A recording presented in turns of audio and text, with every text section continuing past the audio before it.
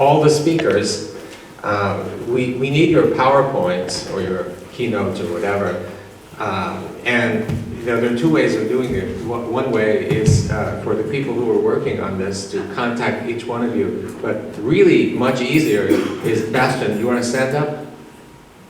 Yeah, if you just give it to him, that will save a lot of trouble. Just give it to him on a memory stick, he'll put it on his computer, and then comes back to you, okay? So please take the initiative. Okay. Thank you. So good morning again, so with a softer voice and scaring anyone off again. So Professor Bang and me, we will guide you to this morning's session, to the Saturday edition of this conference.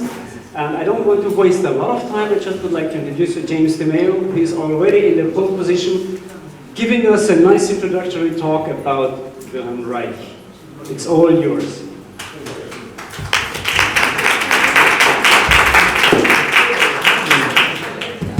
Good morning. Two things to start off. Can you hear me? New battery.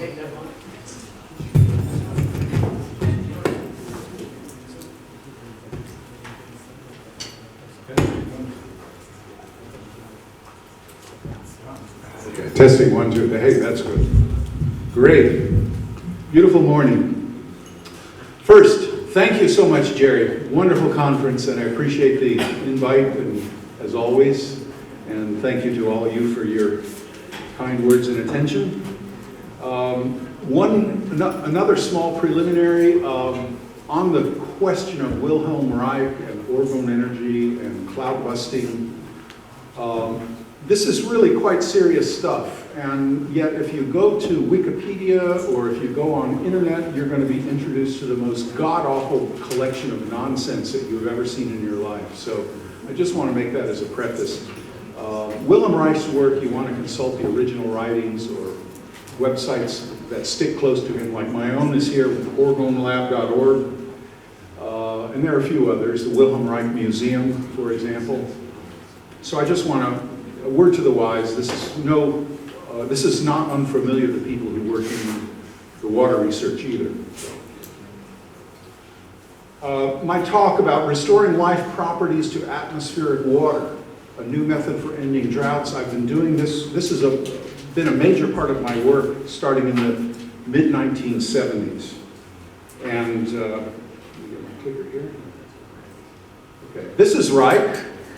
The Reich cloudbuster. He made the discovery in the 1950s based upon prior work that he did on the discovery of a specific life energy. He discovered life energy in living organisms. He called it the Orgone to keep it preserved with the idea of organic or organism. And later discovered that there was an expression of this life energy out in nature in the atmosphere, and later with experiments in high vacuum, he determined it also existed probably in cosmic space as well. So it's a very far-reaching set of ideas that he developed and got him into trouble with the Food and Drug Administration, as most of you know. He was attacked and had his books burned by the food and drug people, but enough copies survived that there's been a resurrection of his work over the years.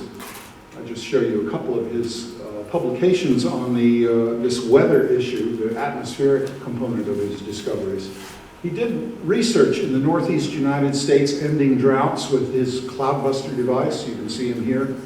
And also in the deserts of Arizona, proving that you could also use this method to green deserts. And his theory is different from most of what I think is commonly referred to today in mainstream science. His theory was more grounded on the old idea of cosmic ether.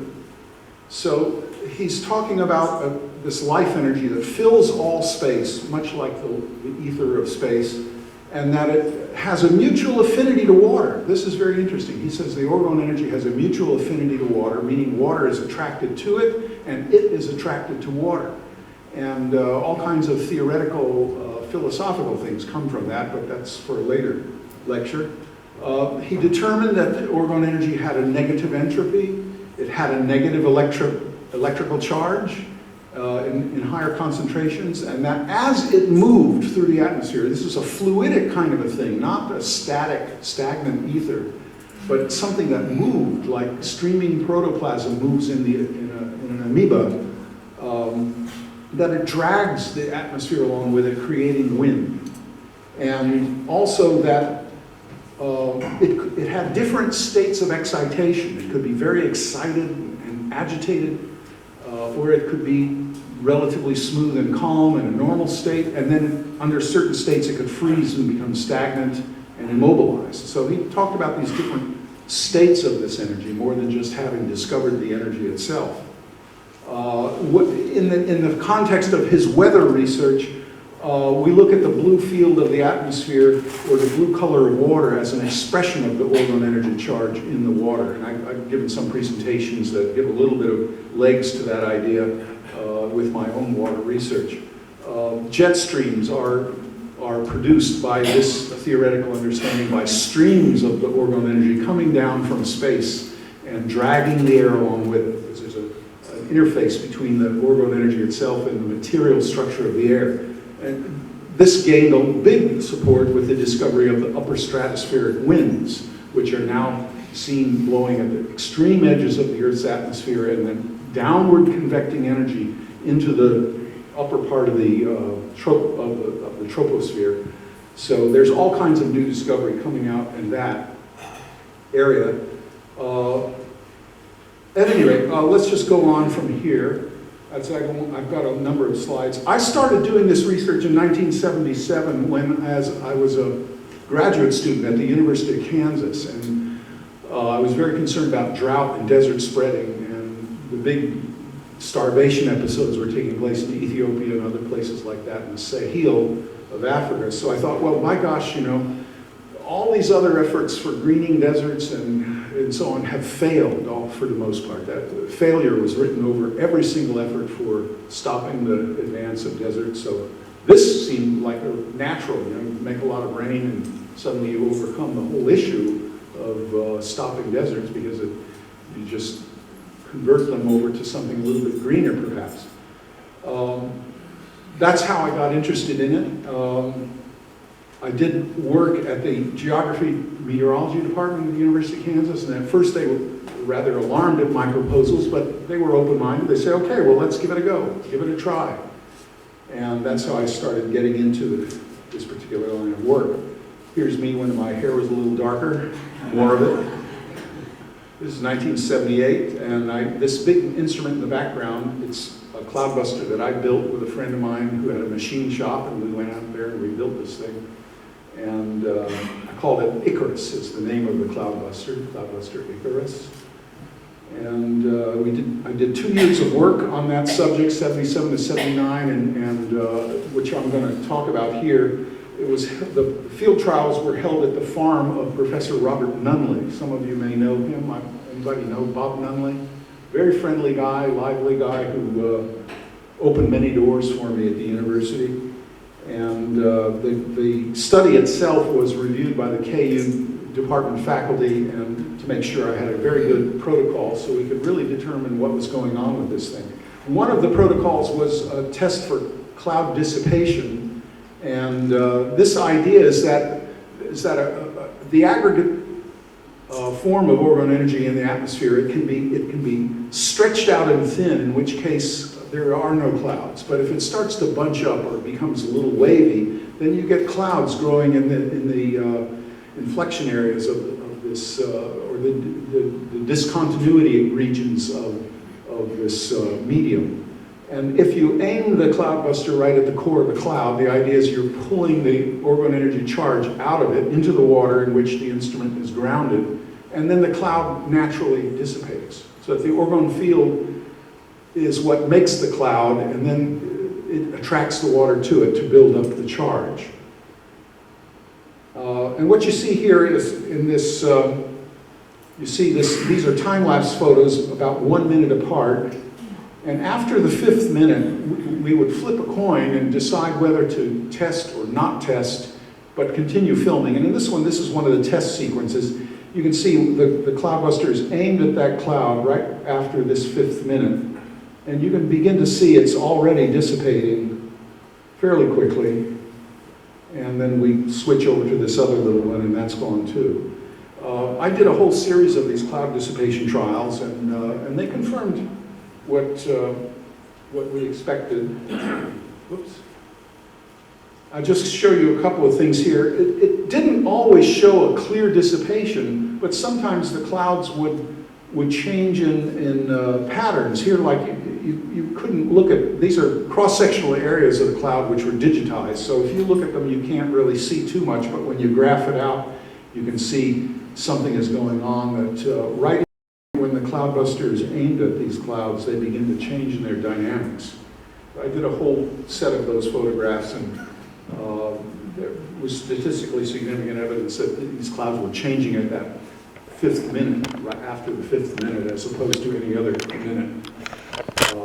But I like clouds. I wasn't too happy about dissipating them, so I did also a study on the making clouds or increasing clouds.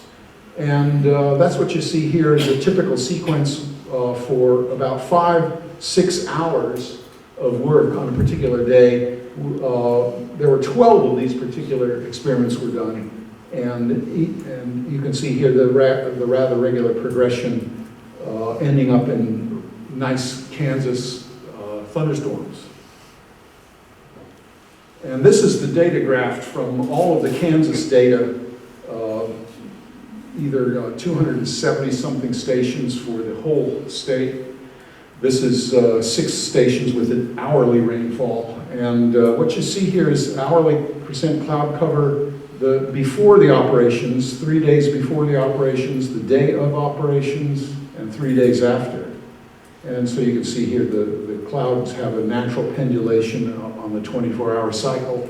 And then when the cloudbuster is activated around noontime, in the middle of the test day, there's a disruption of or a perturbation of the percent cloud cover. It stays up at higher levels rather than dropping down as it did previously. And you also get a nice peak in rainfall there with a secondary peak about 2 days later.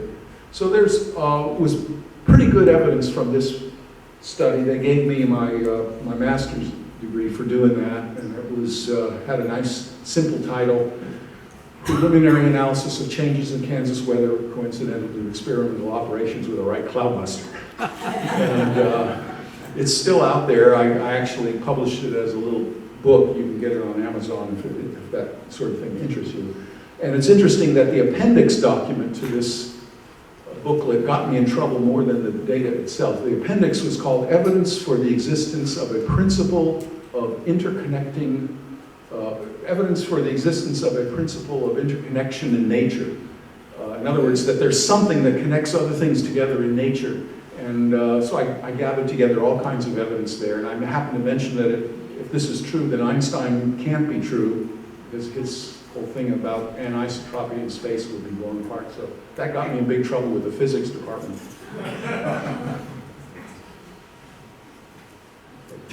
There we go. Now, the next thing I did was in '89. I kicked around for about 10 years teaching in the universities and got in trouble every time I opened my mouth about this. So about 1988, '89, I quit the university system and went private with my own institute. But before I did, I got some funding from a few friendly people, and we went out to the deserts of Arizona. Come on. Oops. And tested this out on 5 pre-announced dates. And they were about a month separated. And the study area was a very large area of Southern California, Southern Nevada, and all of Arizona. Because the prior work showed it worked over the whole, had effects over the whole state of Kansas, so this was not an unreasonable study area. And they were announced to the Federal Office of Weather Modification, which was a part of National Weather Service at the time. And so I went out there and I did these operations, just a few hours of work or a day of work, once every month approximately. It's set up near Blythe, California. Anybody ever been near Blythe know what a desolate area that is. And I'll point out something here. Here's the atmosphere in the typical pre-operations condition. You notice that there's this obscuring haze.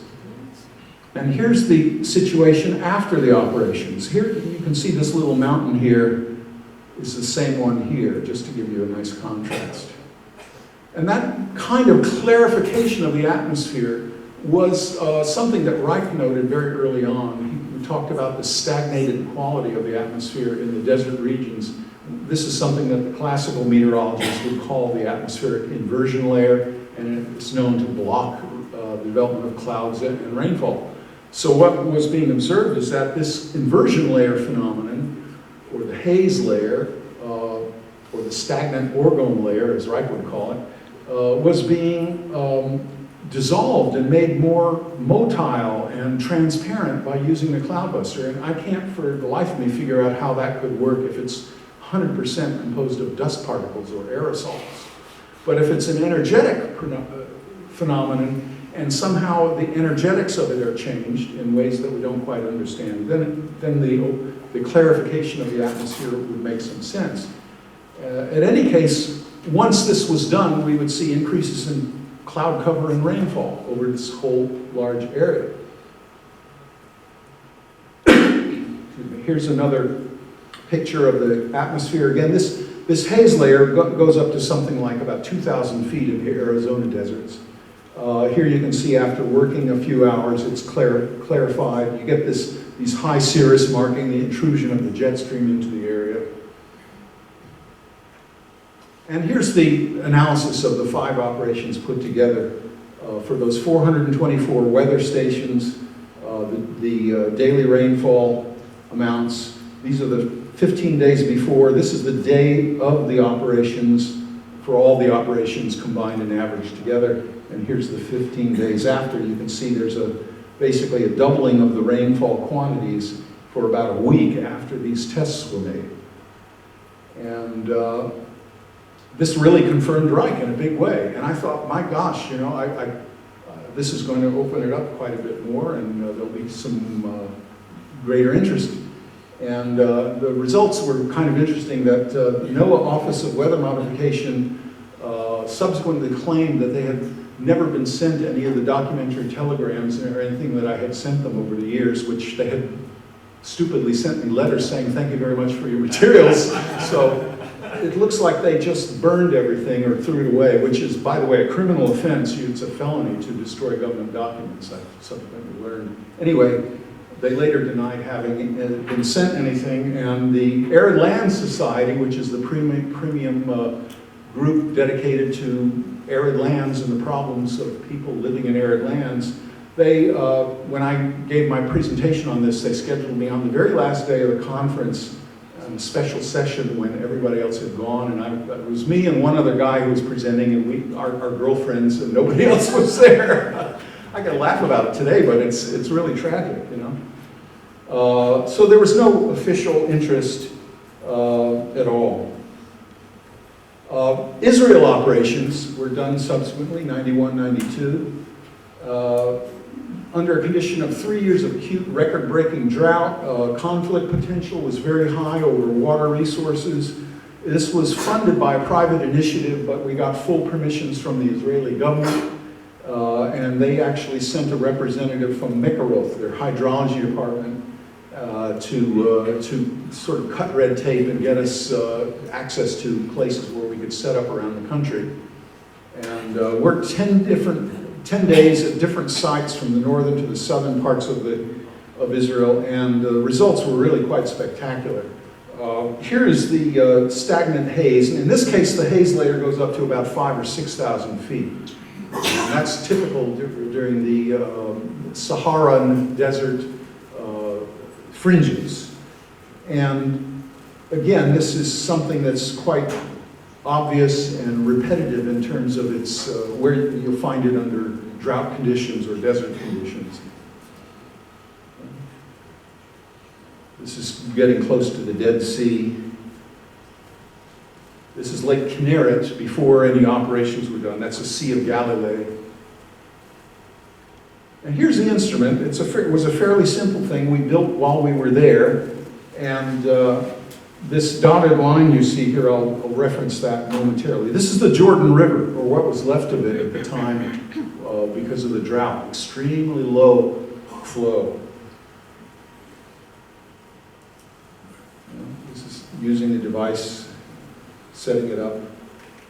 And here you can see this has been working for a couple of hours. You can see that this area in the front area looks relatively good. Notice this little dock here, I'll reference it. That's about 2 meters of distance there, a little bit more. And after a few hours, you begin to see on the other side the other bank of the Kinneret begins to show up. And we also worked on the Dead Sea and the Red Sea near Eilat.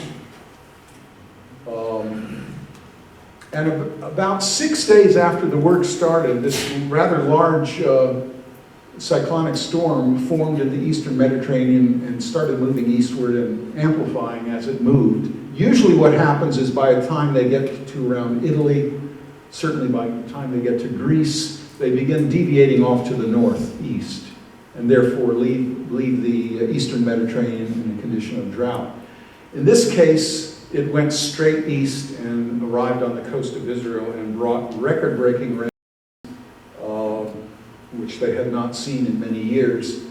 Here you can see a percentage of rainfall map for that epoch of November 27th to December 7th, 1991. And they called it the biggest rain in 50 years. This is from the same time period in the Jerusalem Post and so on. So I thought, well, this is going to open the doors to, people's eyes will be open, and this is going to be great. You know, we'll get a project going. I had a project outlined for them to green the Negev Desert. You know, go to the Negev Desert, green it, make plenty of rain for everybody, not just the Israelis, but everybody. You know, farm and agriculture will boom. Everybody will be peaceful and happy, and other naive ideas I had about that. But what happened was, let me finish here. Yes, here's the February 92. We went back a few months later. You can see the dock area. The water has risen up by a couple of meters. Maybe that doesn't seem like much if you look at Lake Mead. You know, a couple of meters is something, but it's not a great deal. But for a small country like Israel, that is a big deal. And they had been using every pump they had to pump water into the groundwater. Tiberias on the Sea of Galilee almost flooded, so they had to open the Degania Dam to let fresh water go down into the Dead Sea, which is an unheard of thing. They don't rarely do anything like that. And they even removed the fish nets because it was inhibiting the flow of water because they didn't want Tiberias to flood. So the Dead Sea got a big shot of fresh water, and Lake Kinneret filled, and all the reservoirs underground were being pumped. And there were, out in the Syrian desert, there's wildflowers blooming, and old dead trees came back to life. All kinds of interesting things. I wrote it all up in a report. And here's the Jordan River. Here's that dotted line I referenced earlier. And the landscape's all greened up very nicely.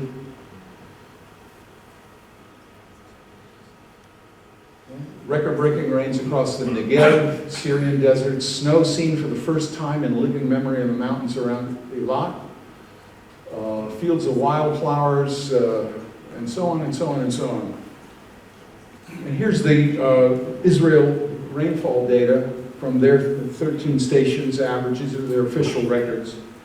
And you can see that here's the time period of our operations, and then you get this pulsation of rains coming in. This is like a heartbeat. Reich described this natural pulsation of rains like a heartbeat. And this is not a device that you use on a permanent basis. It's like acupuncture, you know, you get something moving again, and then you stop. And if you get it going, it's like a natural heartbeat. It just keeps going on its own.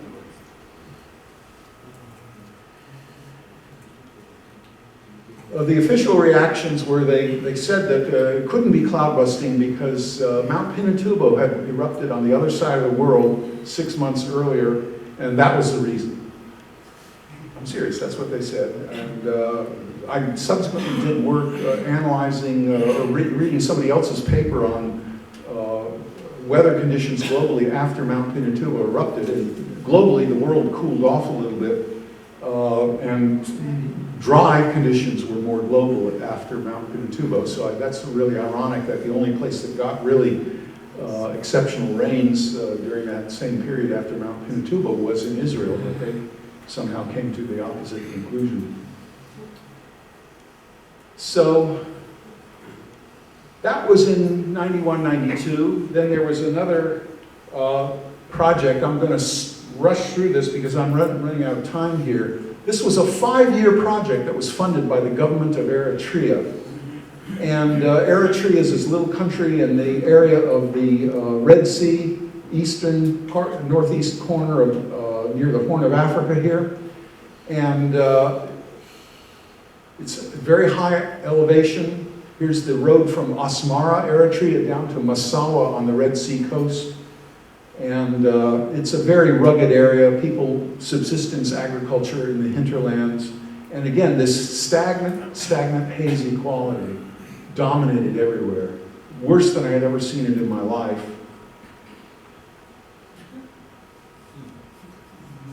And this was where we were headquartered at the Agricultural Research Center in Asmara. They opened their doors to help us in every way possible, although we had very minimal funding just for our expenses, basically. We constructed a device there, took it out into the countryside. Periodically, we would stay in Asmara, go out on these expeditions lasting a day or 2 or 3, and then come back. And this is one daily sequence, typical. We would set up a big reservoir like you see here. This reservoir is actually down by about 4 or 5 meters down from what it should be. About 2 hours later, you see the rainfall comes back and then begins to kind of navigate itself towards where the cloud busting instrument is located. And you get these rather good rainfalls. And this is typical of what they're accustomed to in these areas. They called it deluge. When they were saying, oh, there was a deluge, and I was shocked. I said, oh my gosh. He says, no, we like this. We like this. This is what we need. So it was their word, and they're quite happy with it. And the older Eritreans said, this is like the rains we remember from 30 years ago.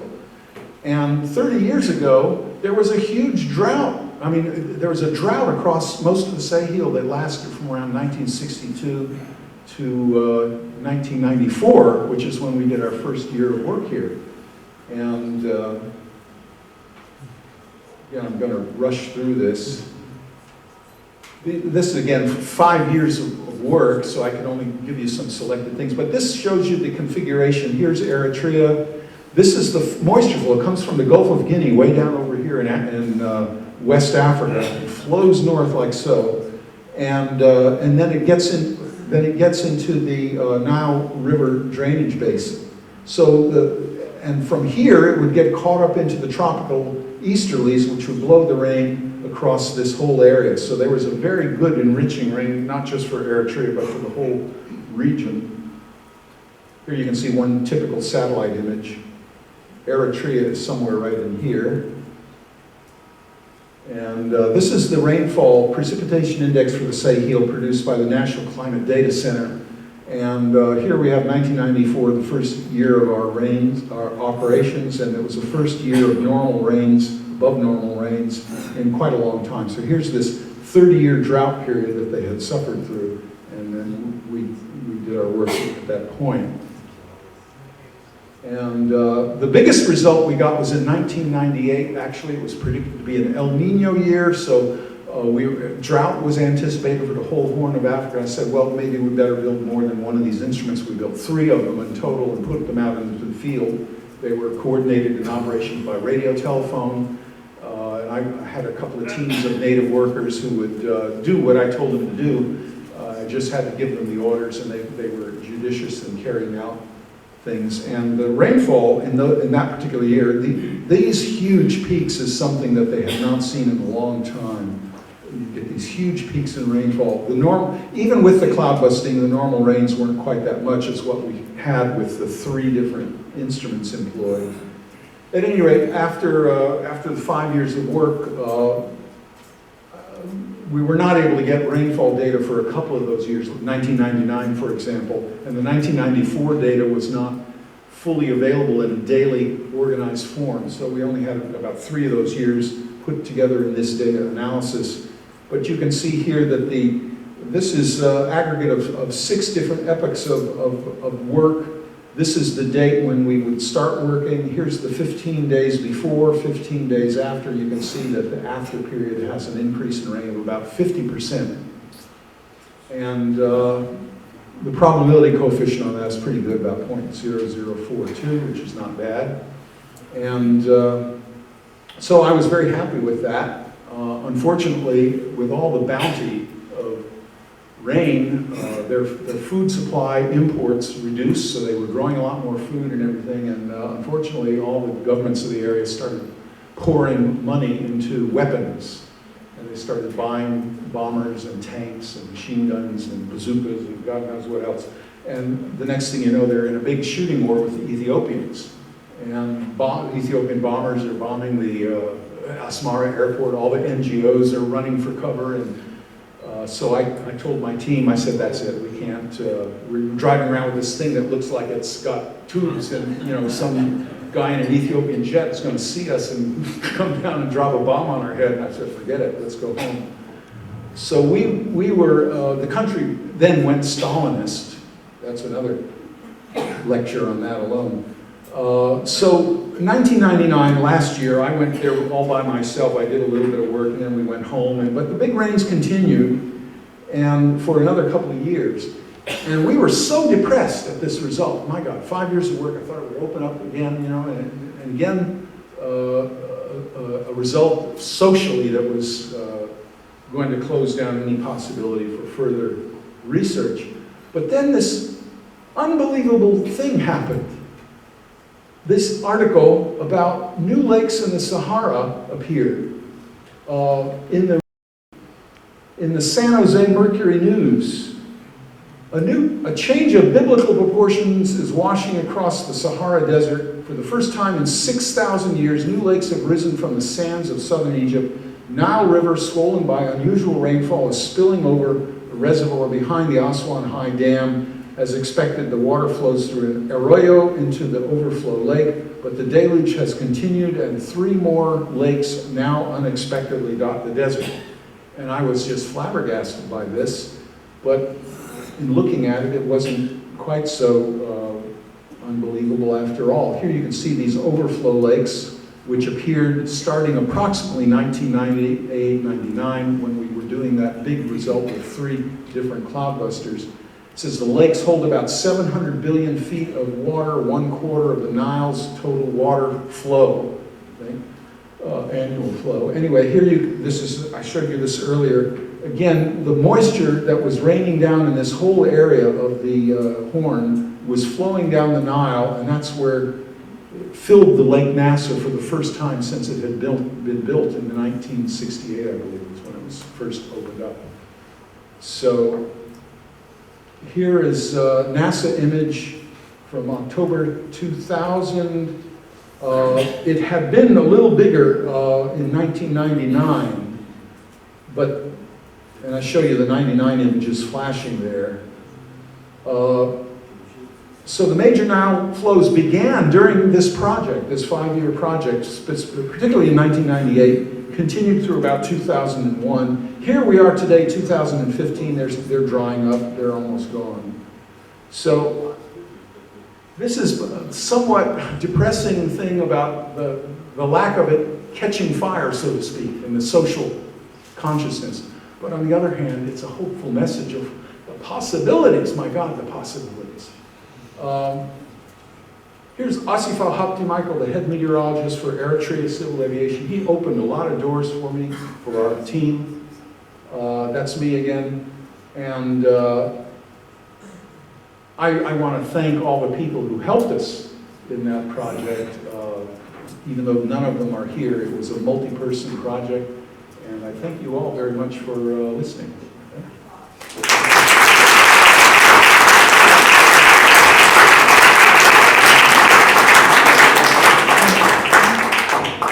Thank you very much, James. You still would have 1 minute left, but it's a perfect length. May I take the privilege to ask the questions first? Thank you. Since I have the mic. How do you determine whether it's cloud busting or cloud generating? Number two, this year is forecasted El Niño year, so could it be a tool to modify that? Well, because normally in weather modification experiments, they select a control area and a test area, and then you compare the two. But the effects of this are so widespread, we cannot do that. So what we do is we set up a before versus after scenario. And so all I can do is point to the result after has been almost systematically like what you see here, of large increases in rain, usually slightly above the normals that follow the operations. And yeah, I have to go on the track record, and I can't really answer too much beyond that. So, El Nino? Gosh, well, I suppose it depends. I'm trying to get a big project going in California for the last 4 years, but it's deaf ears mostly to it. So, yeah. Jim, as I presented about the Earth's negative charge, and so if you have something connected to the Earth with heavy wires, as you do, and pointing up, it's kind of like a lightning rod that is connected to a big source of negative charge. And so, you know, because charges tend to accumulate at sharp points, I would imagine, not sure, I would surmise that at the tip of those rods you might have a huge negative charge, and if so, that would induce positive charges from the atmosphere to gather around. Do you think it's possible that I mean, those are logical steps, that the gathering of positive charge may have something to do with the coming of rains? It certainly is something that ought to be tested, but I'll tell you, when this question came up early in my work, and the arguments for a lightning rod type of effect seem extremely limited in terms of distances. But again, we're not grounding to Earth with pointed metal. It's hollow metal tubes grounded in water. So there's and it has to be living water. I've tried this in stagnant water where you have dead fish floating, and it doesn't seem to work. You have to have some vital, lively kind of water. And who knows, maybe this is part of the EZ question as you've been researching, that lively, vital water with a blue color. Who was it that showed that wonderful picture of the lake, of the area in Finland with this blue glowing lake overflowing with thousands of gallons of water? That's the kind of water that it really works well in. Yeah, that would have negative charge, I suppose. Yeah, I would think, yeah.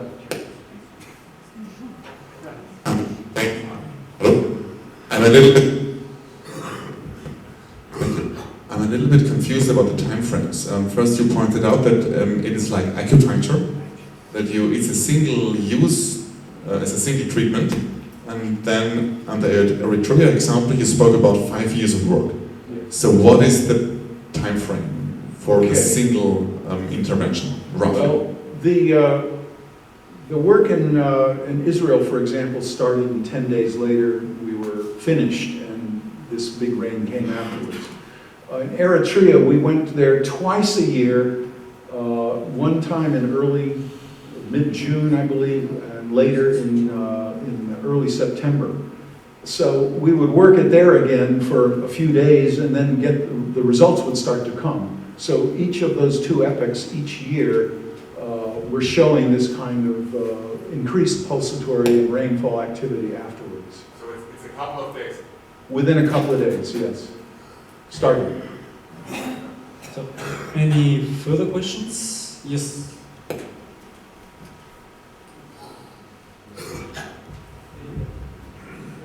At the beginning, the first two things you showed, where first you broke up some clouds, and then you formed some clouds. I was wondering what you do differently between those two cases to decide which results you're going to get from the... Well, the dissipation trials are fairly simple. You just find a cloud that meets the criterion of isolated cumulus and aim right at it. follow it, you track it, and you get this result. For the bringing rain, it's more complex. It depends upon local climatology, meteorology. It's different in every location, so you have to have some. My study at the university was in the Department of Geography and Meteorology, so I had a lot of background knowledge in weather science to gauge the classical kind of parameters and then integrate that with what Reich was saying. I think we will wrap it up because we're running a little bit late, like 5 minutes. So if there are no further questions, I would like to introduce you Professor Weissmuller, and we definitely will hear something more on El Nino on his talk, right?